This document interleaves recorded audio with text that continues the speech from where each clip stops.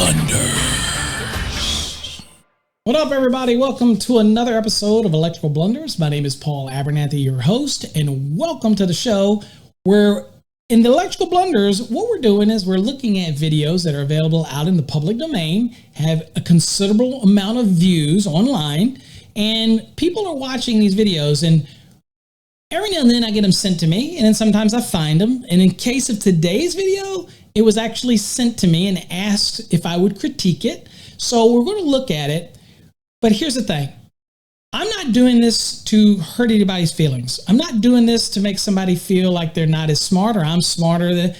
We're using this as a learning tool to help other people learn the code and learn electrical installations. And we're utilizing publicly available videos that have been out there, and people are learning from it. The problem is when there's misleading information, people learn the wrong way.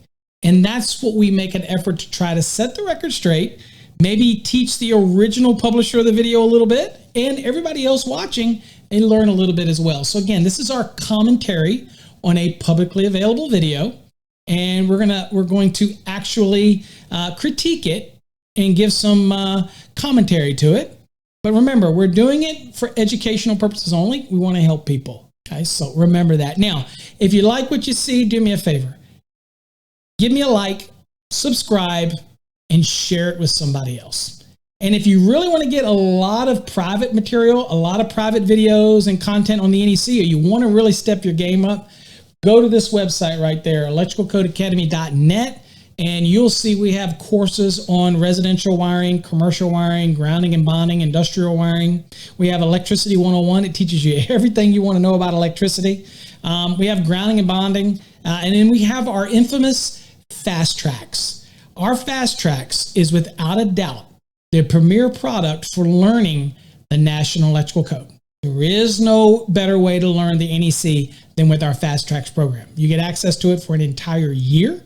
You also get to join me on Wednesday nights where you can ask me questions live, one-on-one. We know you've been watching my videos for years. I've been doing this since all the way back in 2004. So look, this is your chance. If you want to join us, go to that website. We have a subscription for our monthly to get access to our private videos, or you can get our courses all from that website. So we hope you give it a look. All right, let's get started. I've got the headphones. I'm ready to get immersed into it with you, and we'll do our best at giving some commentary and maybe setting the record straight on a few things, okay? Now, I will tell you up front, these videos that I do this on, I haven't watched the entire video, only pieces of it to determine whether or not it's worthy. Because if it was somebody sent it to me and it didn't have anything wrong in it, then I wouldn't. But I'm calling these things as I go, and I'm making comments as I go. So let's look at it. All right, so here's our video. Let me get the headphones on and we'll get into this one. It's only 6 minutes long, so how long could it take to do this review? Okay, shouldn't take too long. All right, I'm ready to go. You ready to go? Let's all get it. I got my code book, 2020 NEC. Of course, we have it on the computer too, so I will point out anything that we need to point out. All right, let's do this. Anthony from Inspectors Inc. We're at a residential home today, and I'm going to show you the typical things that we inspect when we do the electrical inspection. Okay, so for the electrical inspection, it starts with the service coming to the house. There's two types of service. It's either overhead, coming from the pole to the building, or it's underground, coming from the ground, coming up, and goes to the meter. Typically, the electric company is responsible for everything up to the meter. After the meter, it is the homeowner's responsibility. Okay, so that is correct. So when you look at this meter, it potentially is fed down and over to a transformer. That's called a service lateral. If it was overhead, then it could be called a service drop to the service point, and that's the line of demarcation between where the utility leaves off and the electrician takes control. So in this case, the line of demarcation is at this meter, because now everything on the load side of this meter is the responsibility of the electrician. Everything on the line side of this meter is a service lateral, and that's under the rules for the utility. Their depth in the ground, all this type of stuff, that's on them, okay? But just so we set the record straight. Now, before I even get any further, I wanted to kind of briefly show you the different values that we would be working with. And again, I'm blocking some of it with this big old head here. But in this case, we're talking about a service lateral and what is a service lateral? Right here. It's the underground conductors between the utility electric supply system and the service point. And in our picture here, or the video, the service point is that meter. Okay. All right. So so here's what the service point is. It's the point of the connection between the facilities of the servicing utility and the premise wiring. It's that line of demarcation, as it says right here in this informational note. And remember, informational notes are just information, and they're good information. But that's all it is. It's not enforceable. And it's just kind of giving you an explanation. Right? Now, the service lateral again. Now, once it's overhead, it could be service entrance conductors overhead from an overhead system, or it could be service entrance conductors underground system, which would be under the purview of the NEC. If it's overhead from the utility to that service point, which is, say, that meter, then that would be what's called service drop. Okay. Now, be aware that for electricians, usually that line, that service point, it could be at the top of the mast.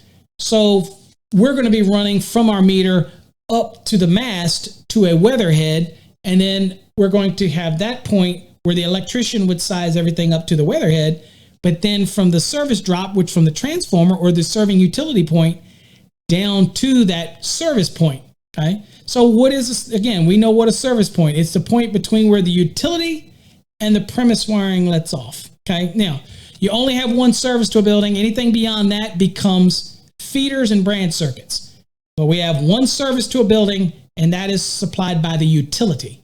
Generators are feeders.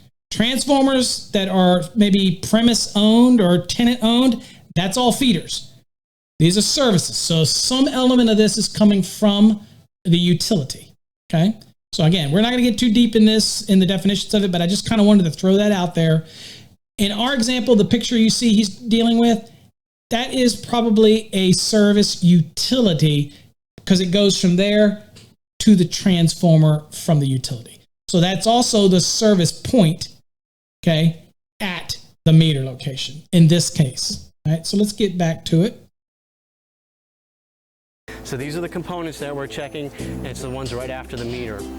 The most important one is the grounding rod or grounding system. They can either use a ground rod, which is into the... One thing I noticed real quick is I noticed that meter does not have a tag in it. So somebody could just come up, flip that up, pull the meter out. Now, I know if there's a little tag in there, somebody could also come and cut it. But in this case, there is no tag.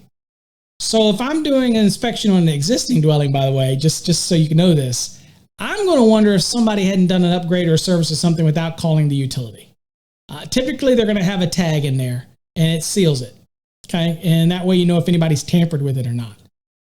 I'm just saying. I just noticed that it's not one in there. Okay, never mind. Ground and connected to the electrical system's grounding system, or they can connect it to a water line, assuming that the pipes in the house are metal. All right, wait a minute. I was talking, so I didn't hear exactly what he said because we're going to have to clarify something. Let me move back a little bit and let me shut up and listen to what he says. Ground and connected to the electrical system's... I got to go back further because he's talking electrical system. Hold on. The meter. After the meter, it is the homeowner's responsibility. So these are the components that we're checking, and it's the ones right after the meter. The most important one is the grounding rod or grounding system. They can either use a ground rod, which is into the ground and connected to the electrical system's grounding system, or they can connect it to a water line, assuming that the pipes in the house are metal. All right, let me stop him. And so this is where the information starts to get a little bit misleading, and it might just be because of how he's saying it. So the metal water piping that's in the building, that has to be bonded. Okay, that's a bonding requirement. If he's talking about the grounding electrode system and the water pipe, it has nothing to do with the metal piping inside. It has to do with whether or not it has metal piping outside that's in contact with the earth for at least 10 feet, and it qualifies as an electrode in accordance with 250.52A1. If it qualifies as a water pipe ground, okay. But if you have a water pipe ground, the way he states it, it can be this or that. That's not true. If you have a water pipe ground and it qualifies, it has to be supplemented with another type of electrode. And it can't be supplemented with another water pipe. It could be supplemented with additional ground rods, but it's not an or. So that's the first thing. Now, because the building has metal piping in it, that has nothing to do with whether or not it's a grounding electrode system. It has nothing to do with that, okay? So get that out of your mind. You have to bond the water piping inside of the building, but that has absolutely nothing to do with it. And the bonding of the water piping is 250-104A. That's the water piping bonding. That's in part 5 for bonding of Article 250. He's talking about electrodes. So in 250.50, it tells you have to have all the electrodes, you have to complete the system, and then it gives you these electrodes in 250.52, A1, A2, A3, A4, A5, A6, A7, A, and it's different types. Ground rods are just one type of electrode, right? But again, the water pipe ground has to qualify as an electrode, not just because the metal in the building, the piping system is metal. That means you got to bond it. But that ain't part of it being an electrode, okay? Just setting that record straight up front. So it's not an or, okay? Also, he said rod, not plural.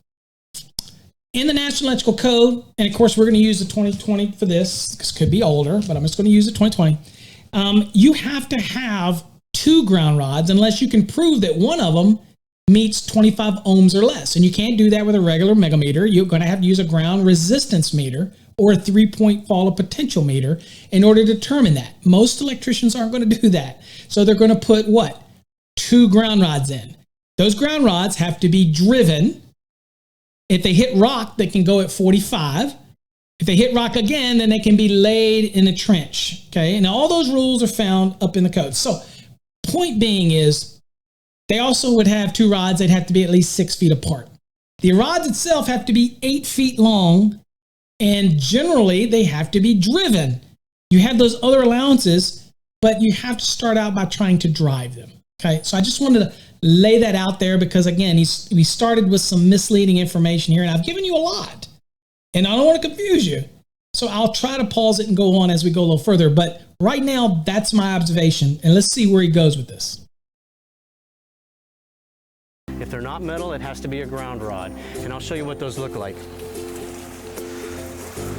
Okay, so it doesn't have to be a ground rod, but the way he says it, if the pipes inside are not metal, then it's got to be a ground rod. And remember, it's got nothing to do with the metal piping in the building. You got to bond that metal piping if your water lines are metal. Got nothing to do with the grounding electrode system. So, and we're going to look at that in a second, but just want you to be aware. The nice thing about this house is it actually has 2 grounding systems. It's not required to have both, but if one ever gets damaged or deteriorated, then you have the other system as a backup ground. Again, I don't want to reiterate this. And he says that there's 2. You got to be, it says it doesn't require 2. If you have a water pipe ground electrode, then it does require you to supplement it. There is no ifs, ands, or but. If it's a water pipe ground. If it's ground rods alone, then that's all you need, right? If it's a UFR ground, concrete case electrode ground, that's all you need. But if it's a water pipe ground and it qualifies as one, then you have to supplement it. I could supplement it with ground rods. I could supplement it with a UFR. I could supplement it with a pipe or plate electrodes. I have options. But the way he states it is incorrect. It's not an and or with this. If you do have a water pipe ground like he says, then you're going to have to supplement it. There's no way around that, okay? That's a pretty good idea. So let me show you what some of the different types of grounds are. This one here is a ground rod. The ground rod is typically 6 feet into the ground. Okay. It's not 6 feet into the ground. Okay. And we're going to go look at the code so I can show you this. Right. Now, incidentally, this is above ground so it's an impalement hazard. That connector could also, that's an acorn clamp, that could also be damaged, things like that. But anyway, we're going to go to code. I want to go to the code. And we're going to look in the area of 250. to kind of look at some of these rules real quick. So I want to make sure that we're all square on these rules. And I'm going to capture a lot here, so stick with me here. Again, bear with me. I know I have a tendency to give you a lot of information in a video, so stick with me. Remember everything that we talked about. So here's your electrodes. Here's your metal underground water pipe. You have metal in-ground support structure. That's like an I-beam driven or encased in concrete for 10 feet. Probably not going to be on a dwelling, by the way. You have a concrete encased electrode. We have ground rings. We have rods and pipe electrodes, and he's talking about a ground rod. And we have other listed electrodes, which means that somebody creates one that's listed. It might have type you pour chemicals in it or whatnot. It's a certain style. If it's listed as electrode, you can use it. You have plate electrodes. Again, 2-foot square surface that's exposed to the exterior soil. Then you have a plate. There you go. That's an electrode. And of course, you have other local metal underground systems. You could have a well system, other piping systems, underground metal tank. Again, that is in contact with the earth. Okay. So you have these other options. Hardly ever see these used. But what we do see common is ground rods. So in this case, he says he has a water pipe in this case. Now, notice he said his interior. What does it say about a water pipe ground? It says the metal underground water piping in direct contact with the earth for 10 feet or more. Okay.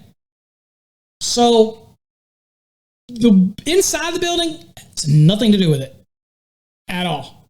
It's got to be outside. It's got to be in contact with the earth. And maybe he does have that and he's just a little confused. I don't know. But the way he says it, he says that you don't have to have both. If you've got a metal underground water pipe, you have to have something else, one of these other ones. And where does it say that? Just so you know, because people ask me, they say, prove it, Paul. Right here. If you do have a metal underground water pipe, it says right here, a metal underground water pipe shall be supplemented by an additional electrode of the type specified in 250.52A2 through A8. And that is all of these that you see here: plates, rings, rounds, concrete case, metal in-ground support. Those can supplement the water line, because if the water line corrodes away or something happens, they come later and replace it with PVC, then you've lost your grounding electrode. You have to have one that's going to remain intact. So that's why it has to underground water line type of electrode has got to be supplemented. Okay, we got that straight? All right. The next thing we're talking about is the ground rods. So here's the ground rod. It says ground rod electrodes shall be not less than 8 feet in length. Okay, so it's got to be 8 feet in length, not 6 feet. And when it talks about the installation, this is where you see the installation requirements in 250.53 that tells you the ground rod. It gives you the applications under 250.53, how it's to be installed, whether or not you have to actually supplement a ground rod or pipe or plate. But did you know that? Okay. And of course, the requirements for putting it in the ground, like I told you earlier, it has to be installed so it's at least 8 feet in contact with the soil. It shall be driven at a depth of not less than 8 feet, except that where rock is encountered, the electrode shall be driven at an oblique angle, not to exceed 45 degrees, so at an angle, from the vertical, or where rock bottom is encountered at an angle of 45 degrees, you have a third option. The electrode shall be permitted to be buried in a trench that is at least 30 inches deep, 2.5 feet. Okay? So, look, these things are really important. So telling people the ground rod only has to be 6 feet, that's not true. Now, let's talk about when he said ground rod. What about the fact that you have to supplement it? So check this out. It says a single rod, pipe, or plate electrode shall be supplemented by an additional electrode of the type specified in 250.52A2 through A8. So I could have one rod and supplement it with another rod, or one of the other types of electrodes if I want. That's too much trouble. If you're going to put one rod in, you're going to put another in. And it says the supplemental electrode shall be permitted to be bonded to one of the following. So you go from that supplemental rod to options. You have options here. Now, this is basically telling me that if I have a single rod, I have to have another electrode. Well, this is saying, look, there is an exception. The exception says, hey, by the way, that single rod, pipe, or plate, If it has a resistance to earth of 25 ohms or less, and no, you cannot use a normal ohm meter. It's got to be a ground resistance type meter, and they're not cheap, but the 3-point fall of potentials aren't that expensive, but you have to have at least 50 feet to do the test. But anyway, if you do the test and it comes back 25 ohms or less, then I don't have to supplement that single rod pipe or plate. I can use just the one. So even though my ground rods would be supplementing, in his case, his ground rods, he says, is in addition to his water pipe ground, he would need 2 of them, unless he can show me that one of them meets 25 ohms or less. Even though they're supplemental to the water pipe, you still have to meet the rules and the requirements for ground rods. Still got to meet it. Okay? All right. So anyway, so with all that covered and everything, we already know, and the chances are, again, it has nothing to do with the metal water piping system in the building. Now, where does that come in? People ask, well, where does it say, Paul, I got to bond all that? All right, just while we're here, might as well make the statement and show it to you while I'm here, get it over with. If you go into the code and you go to 250.104A, you'll see metal water piping. So bonding of piping systems. So in our case here, it says the metal water piping system shall be bonded as required in 250.104A1, A2, and A3. Okay? So you have different situations. You have the general requirement, then you have buildings that have multiple occupancies in it, and then of course you have buildings that are supplied by feeders and branch circuits. And so the method of how you do it is a little different for each one of them. But in this case right here, it's telling you you have to bond the water pipe if it's metal. So here it says the metal water piping system installed in or attached to a building or structure shall be bonded to any of the following. So you've got some options which you're going to go from that water pipe system to what? Service equipment enclosure, grounding conductor at the service, grounding electroconductor if it's size sufficient, and then one or more of the grounding electrodes used if the grounding electroconductor or bonding jumper for those ground rods, let's say, or those grounding electrodes is of sufficient size. So they sized it properly. You've got multiple options. The point is here, you're bonding the water line inside if it's metal. It's not part of the grounding electrode system. In fact, that stops. The termination to it stops within the 5 foot of point of entry. So everything else in the building, the metal water piping, it's just metal water piping. Has nothing to do with the grounding of the system.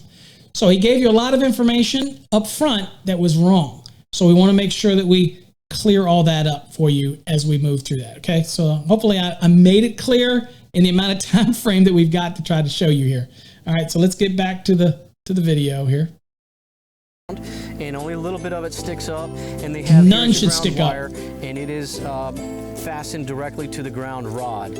The other one we talked about is when the electrical ground is connected to metal piping, assuming the house has metal piping. So let's take a look at that. Again, has nothing to do with the house having metal piping inside. Okay, nothing to do with that. And I am quite shocked here that there is no water meter here. So it must be a water meter on the inside, whatever. Otherwise, they get free water. But anyway, here it shows it going down into the ground. So there might be a water pipe ground in this building. So he might be accurate with the water pipe ground, but it's got nothing to do with the metal in the building, as we've covered. I'm redundant. I've always been redundant. Sorry. But if that water pipe ground here, if this pipe is in contact with the earth for 10 feet or more, then it's going to qualify as an electrode. Now, of course, it still had to be supplemented, so that's why you have ground rods. It needs 2 of them, unless, again, they can show you 25 ohms or less. That would be the supplemental. The way he said at the beginning, you could have this or that. That's not the case here, so don't get confused with that. Okay, so this is the copper pipe coming into the house, and if you'll notice, there's the ground wire. Be honest with you, that doesn't look like copper to me. I'm just saying. Doesn't look like copper, but here we go. Okay, and it's clamped directly to the Maybe. pipe. We do check to make sure that these ground clamps are nice and snug, because if they're not snug, guess what? No ground. Okay, so after the meter, the power source goes into a distribution box, also called an electrical panel. The main electrical panel consists of I gotta say right now, I'm not too enthused about the sticker that's on that panel, but that's just a personal thing, and we'll move on beyond that. Main disconnect or main shutoff, and then the branch circuits, which each have their own individual circuit breaker. The reason you want a main disconnect is because you want one movement to shut off all the electricity to the house should there be a problem or electrical problem within the house. That's the best way to do it. Also remember that that's required by the National Electrical Code in 230.70A1 as well. Outside or nearest point of entry, you have to have the disconnecting means to be able to shut it down. And remember that main breaker, that is short circuit, ground fault, and overload protection. Everything on the load side. The only protection it has for the conductors upstream through that meter and everything, the only protection that offers is from overload, because obviously that breaker has an amp rating and it's going to limit the amount of load. That's the only protection upstream.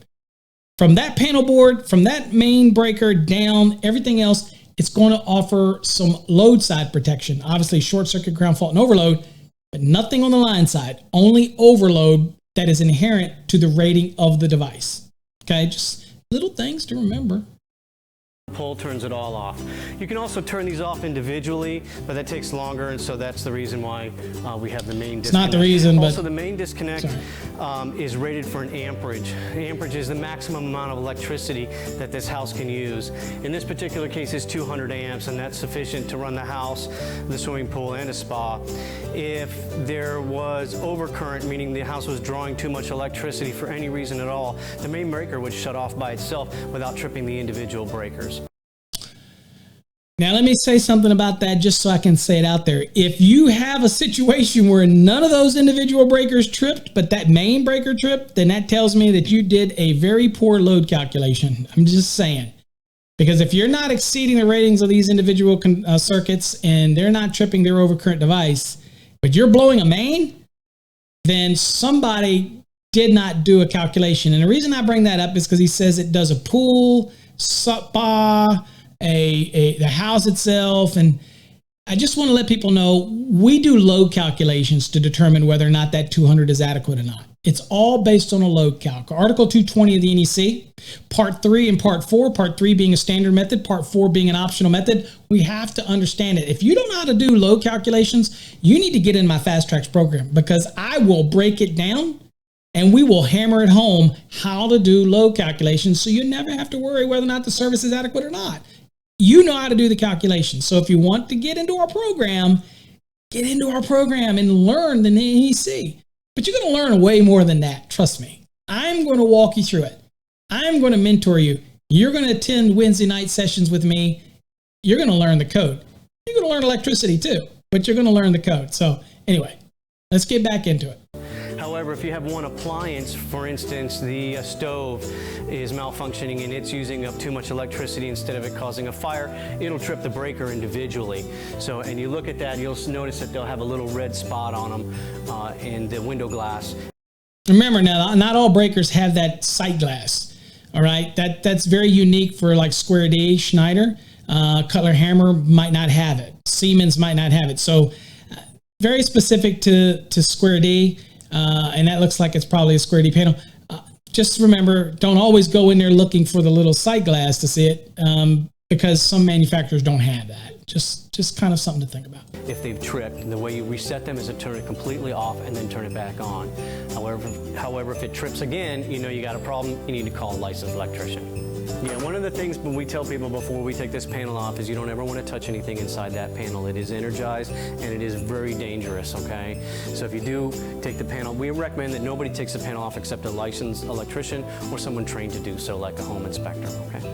I'll buy that. So the way this is laid out is you have your main feeds coming in, and they're either made from copper or aluminum. And in the report, we'll describe what they are, what type they are, the main disconnect, the size of the capacity, which in this case is 200 amps. And we're also going to take a look at each individual circuit breaker. What we're looking for is we're looking for the size of the breaker and then the size of each individual wire. If you'll notice, these wires are quite a bit thicker than these wires here. This is a 30 amp breaker. And by the way, that humming and fuzz that you hear, that's on that video. It's not my video. Just so you know, I don't want any comments about, Paul, you had crappy audio this time. It's not my audio, by the way. So just so you know. And this is a 15 amp breaker, and you can see the wires are quite a bit thinner. So we want to make sure they match. You don't want to have a 30 amp breaker with a 10 or 15 amp wire because it will overheat the wire, and that's a fire hazard. Okay, so let me make a comment about that. So this doesn't confuse people. You might have a situation where you have an outside air conditioning unit, condensing unit, and it has a nameplate.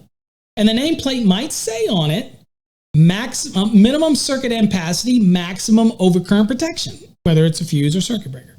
So it might say 40 amp maximum overcurrent protection, minimum 20 amps branch circuit conductors. So that means that we're putting a 12 gauge, which is good for 20 amps, onto a 40 amp overcurrent device. The conventional logic would say you don't do that. Small conductor rules in 240.4d say you don't do that. However, there is an allowance in the code for doing that. So the reason I bring this up is because if you go blindly in there and say, okay, 14's going to 15, 30's going to 10 goes on to 30, 12's going to 20, yeah, for general applications, that's absolutely correct. But there are allowances, and you have to be very aware of that before you call it out, whether it's to something like a motor or it's to something like a outdoor air conditioning unit or a air handling unit or something like that. And where do we get that? I just want to show you. So we're going to go to the code really quickly for this one. And I just wanted to show you that because people do cringe when it comes to those things sometimes for overcurrent protection. So I just wanted to show you. So here's your small conductor rules right here. See, it says small conductor. All right. Now it says unless specifically permitted in 240.4E or G. Okay. Unless it's permitted there, it says the overcurrent protection shall not exceed that required by D1 through D7 after any correction factors for ambient temperature and the number of conductors have been applied. Okay, so the overcurrent shall not exceed, not exceed that required by D1 through D7 after any corrections or adjustments take place. All right, and again, we're not looking at E and G yet. So for, let's say that 12 wire that we're talking about, copper, it's a 20 amp device. So a 12 gauge has to be protected with a 20 amp. So these are your small conductors. These are general rules. Under the ampacity tables in the National Electrical Code, under 31016, you're going to see asterisks that say, remember these small conductor rules.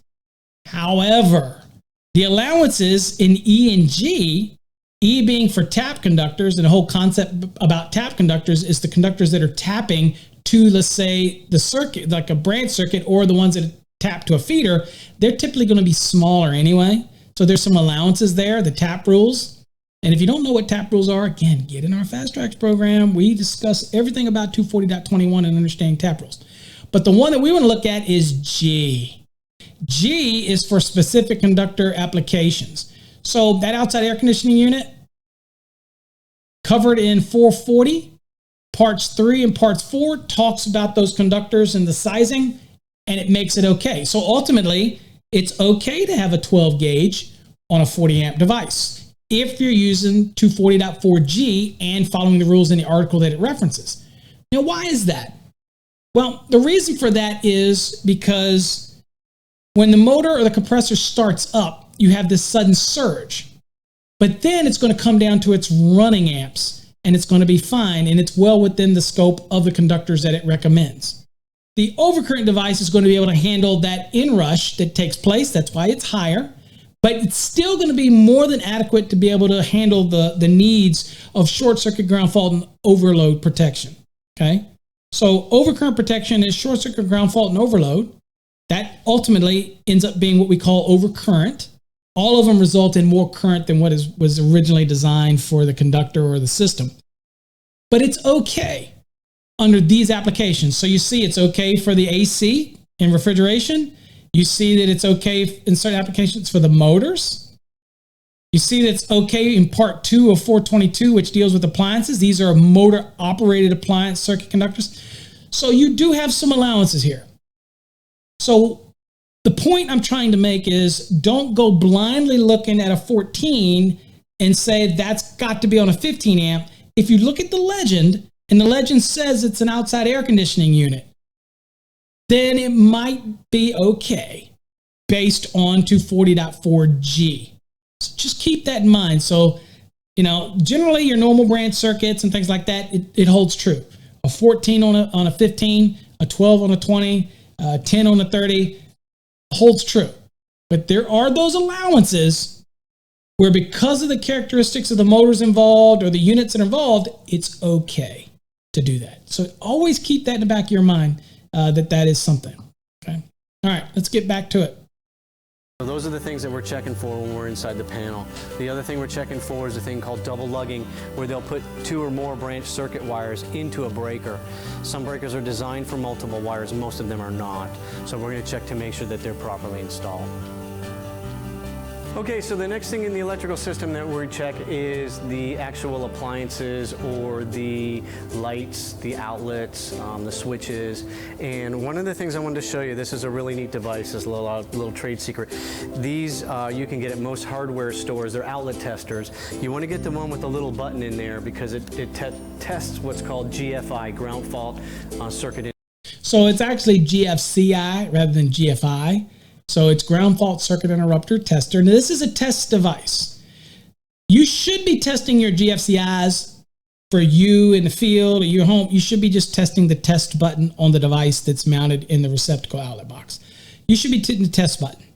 Now, these devices are great for home inspectors and things like that, but you got to be careful because these things can be fooled, okay? Such as bootleg grounds and things like that, where you have maybe somebody put a 3-prong receptacle in where they didn't have an equipment ground, which is a no-no unless you GFCI protect the circuit, or you run an independent equipment ground, which the code allows in 250.130. So you have some allowances. But what people sometimes do to get around it and fool these things is they'll take the neutral, which is there, and they will put a jumper over to the equipment ground. Since they both go back to the panel at the same location, it fools the little tester. And it will look like that it's wired correctly, okay? Or there's no open ground, okay? So they can get fooled. Now, there's more expensive things called a sure test that can actually identify that and say, no, I know what you're trying to do. But just be aware that these things are not fallible. They're great to determine things like reverse polarity and things like that. But again, these are test devices, not required to use them. If you test the GFCI with the test button and it functions, then it's considered functionable. It's fine. All right. These are in addition. So they're great to pick up. They don't cost nothing, a couple bucks, but check them out. But he's going to explain it, I hope. Interrupter. Any outlet within 6 feet of water, or exterior outlets, or kitchens or bathrooms, again within 6 feet of water, should be GFI protected. Okay, let's make this statement here. So I hear this one a lot. The statement is any receptacle within 6 feet of water is required to be GFCI protected. Okay, look. In 210.8a, and since we're talking dwelling units, it gives you a list of what has to be GFCI protected, regardless of being within 6 feet of water. Now, there are some rules in there that say if you're within 6 feet of a sink, then it's going to be GFCI protection. But in a kitchen, all the countertop receptacles have to be GFCI protected. Unfinished basements or finished basements, they all have to be GFCI protected. Okay, so there's other rules. Receptacles serving the countertops in a bathroom, got to be GFCI protected. Now, just so happens that they're probably within 6 feet of the sink doesn't mean they're necessarily within 6 feet of water, but I guess they are. But that's not the genesis of GFCI requirements. Okay, so we'll go to the code real quick so you can see that in case you're not familiar with GFCI requirements. I just never like to see the statement about water only because there is a numerous other requirements. So here it is, 210.8a.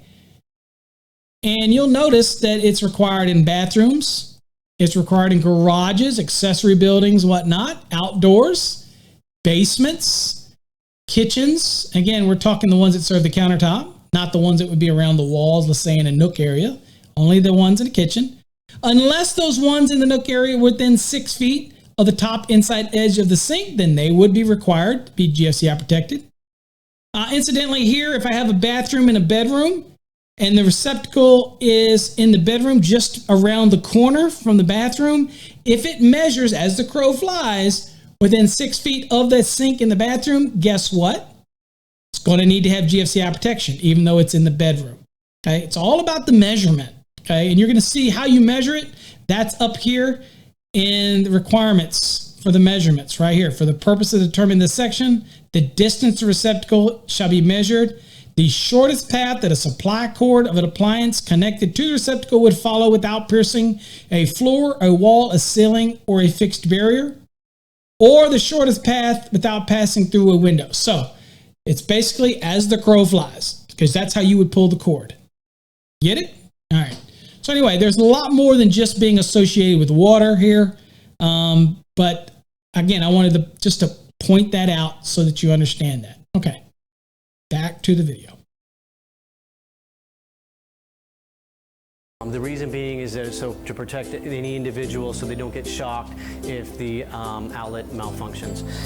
The way to test that is you simply plug it in there and it lights up. In this case, it's telling me that it's properly wired. So you can check this on any outlet to see that it's properly wired. If it's not properly wired, it has a nice little code here which tells you what the little lights mean. So you can see that 2 yellow dots means that it's correct, and then any variation other than that. So it's a great little device to do your own check for you. Now the other neat thing is when you press the button over here, you can see that it will check for GFI. And there it is. This is a GFI outlet in a garage. It's wired to a couple of other outlets as well. And it has the reset button in there. And it did trip when it was tested. That means it is functioning properly. So it is supposed to shut the power off when we add a ground fault to it. So get yourself one of these testers if you want to check your outlets yourself. It's a great little way to do that, and it's very inexpensive. They're about $10.